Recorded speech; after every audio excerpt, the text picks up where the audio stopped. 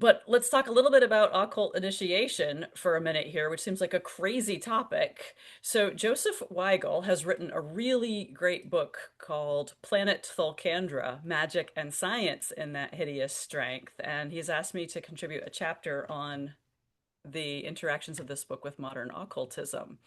As an expert in the thought of earlier centuries, Lewis knew how magic was portrayed in the European medieval and Renaissance literature that he studied and taught. But he was also a citizen of the 20th century, and so we should ask, were there any contemporary magical movements to which he might be responding in that hideous strength? And indeed, there are. So in addition to responding to the Gnosticism and political magic of earlier eras, which Joseph explores throughout the Planet Thulkandra book, Lewis also reacts to occult concepts popular in his own time. What particularly struck me on this time through reading That Hideous Strength was how Mark climbs the degrees of the NICE's system of the hierarchical ladder through initiation.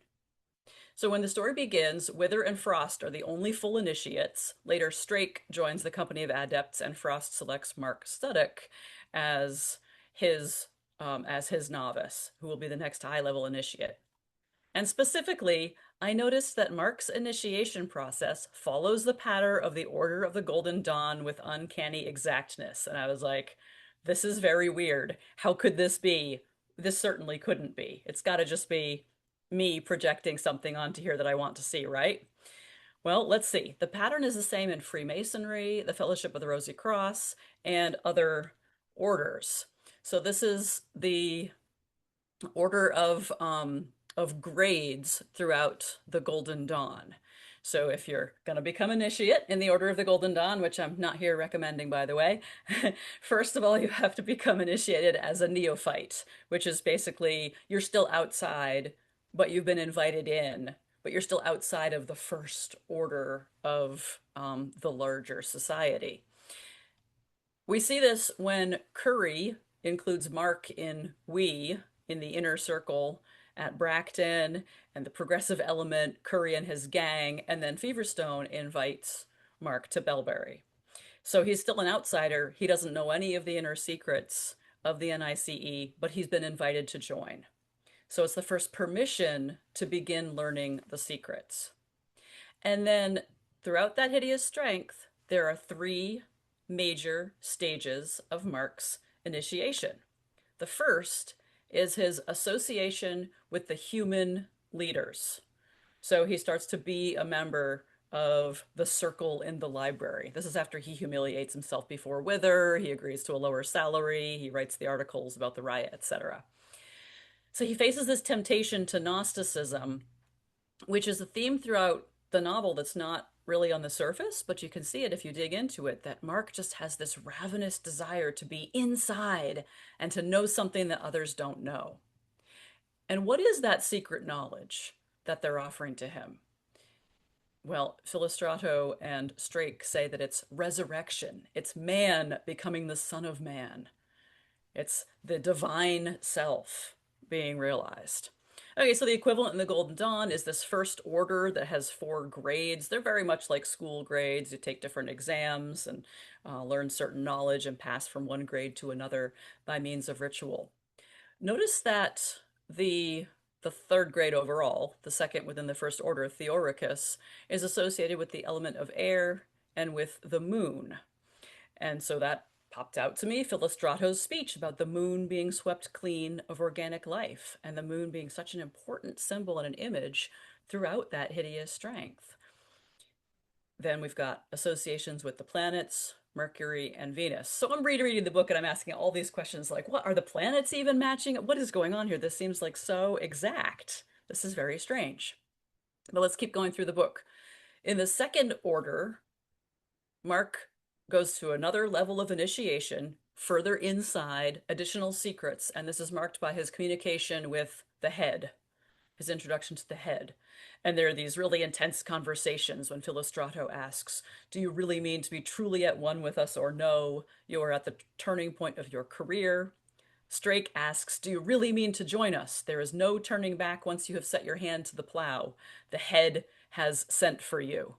And then importantly, Strake starts giving him a taste of what that secret knowledge is and that secret power. He says, "You will look upon one who was killed and is still alive. The resurrection of Jesus in the Bible was a symbol. Tonight you shall see what it symbolized." Well, lo and behold, that is the message of the Order of the Golden Dawn. You are really God inside. You just forgot that you are God. And through our rituals, you will get in touch with your Godhead and you will go through an initiation ritual of death and resurrection. And then when Mark is taken before the head, there are all the trappings of a ceremonial initiation into a higher order. They strip off their clothes, wash, and put new clothes on. This is exactly what um, practitioners and members do in these societies. They put on masks.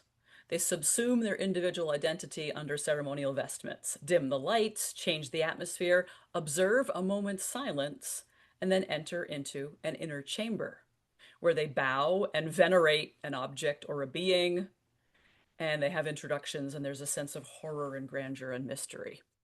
So this seems to me to be parallel to an uncanny degree to initiation into the Golden Dawn's second or inner order, the RR and AC, the Red Rose and the Silver Cross. In this second order, real magic was practiced. The first order was just knowledge for self and for enlightenment. But in this inner order, real magic was practiced. Now, David, you were talking about Merlin's magic, the Atlantean, the older art, which was neutral spiritually, just barely, but effective, and either the NICE or St. Anne's could use it. Well, Dimble has this interesting speech when he talks about two kinds of magic. Here's what Dimble says. What common measure is there between ceremonial occultists like Faustus, Prospero, Archimago with their midnight studies, forbidden books, fiends, or elementals? And on the other hand, a figure like Merlin who seems to produce his results simply by being Merlin. Well, the Golden Dawn explicitly united the two. It united the ceremonial magic with the natural magic. So it united what he calls Atlantean or the older art with Renaissance alchemy and occult ceremonial theurgy. And it did this exactly at this moment of initiation into the second order, which seems to parallel when Mark is introduced to the head. And what does he learn there? He learns you're going to be present at the creation of God Almighty. Here in this house you shall meet the first sketch of the real God. It is a man or a being made by man who will finally ascend the throne of the universe and rule forever. Okay, here's a quote from the Fellowship of the Rosy Cross, Adeptus Minor Portal Ritual. Ready? Through all the grades of the Christhood, give unto us the realization of the union, that we may attain that self which is in thee. And from the Adeptus Major, the Christ Spirit is within me. I have risen with the great Master, and behold, I am alive forevermore. So both of these are close paraphrases of biblical verses with just little changes that I would say make them blasphemous. And then there's the third order, which is when Mark learns about the macrobes and is being prepared for contact or communication with the macrobes. There's a temptation to further secret knowledge. There's yet an inner order within the inner order. And lo and behold, he's taken past, so he goes through the inner chamber with the head, but he's taken past the head and into an inner chamber. So it's these rings within an onion. He's selected by Frost and Wither to be a possessor of their highest secret when he's told about the macrobes. And Philostrato tells him about the intelligent life on the moon, the Masters. And indeed, in the Golden Dawn, the Third Order was only theoretical. Humans were supposedly had never yet attained it. They hadn't evolved high enough spiritually. But theoretically, if they got into the Third Order, they could get in touch with the secret chiefs, who were some kind of elemental beings, some kind of spiritual masters from whom their knowledge ultimately came. And so the secret chiefs of the Golden Dawn seem parallel to the masters of the NICE. And indeed, the St. Anne's realizes there's Eldilic energy and Eldilic knowledge behind the powers of the NICE.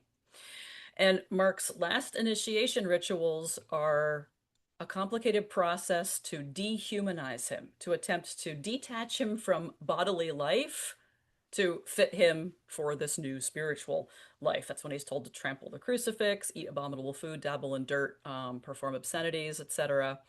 This final step is designed to transform him into a full initiate, dissociated from his humanity, so he's now capable of communication with the macrobes. And then the last step of all is blood sacrifice, is the sacrifice of Philostrato to the demons, who are speaking through the head. Thankfully, there was no human sacrifice in the Order of the Golden Dawn or in the Fellowship of the Rosy Cross, which I put here for comparison. Okay, but what the heck? Did C.S. Lewis know about any of this?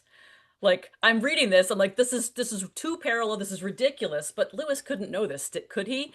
Well, his father was a Freemason.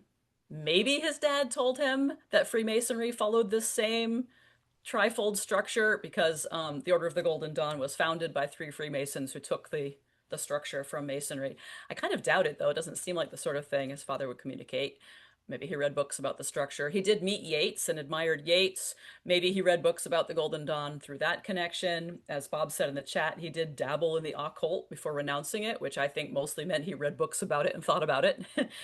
um, in 1937, a high-ranking member of the Golden Dawn defected, broke his vows of secrecy, and published all the rituals. Maybe Lewis went into Blackwell's and, leafed through the table of contents and found this list of orders.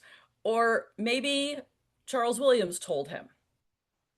And then I realized, wait, I think I know where Lewis got this. In the spring of 1943, Charles Williams wrote his poem, The Founding of the Company, read it to an Inklings, wrote a letter to Anne Riddler saying C.S. Lewis did not like this poem.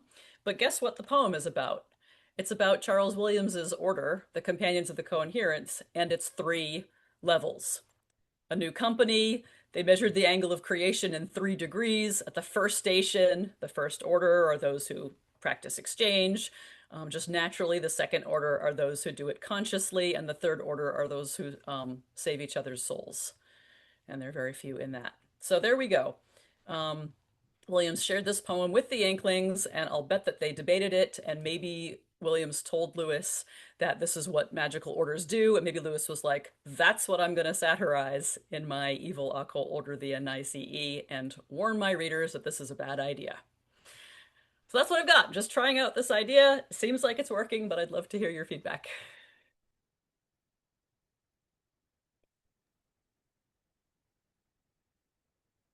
Thank you, thank you, thank you.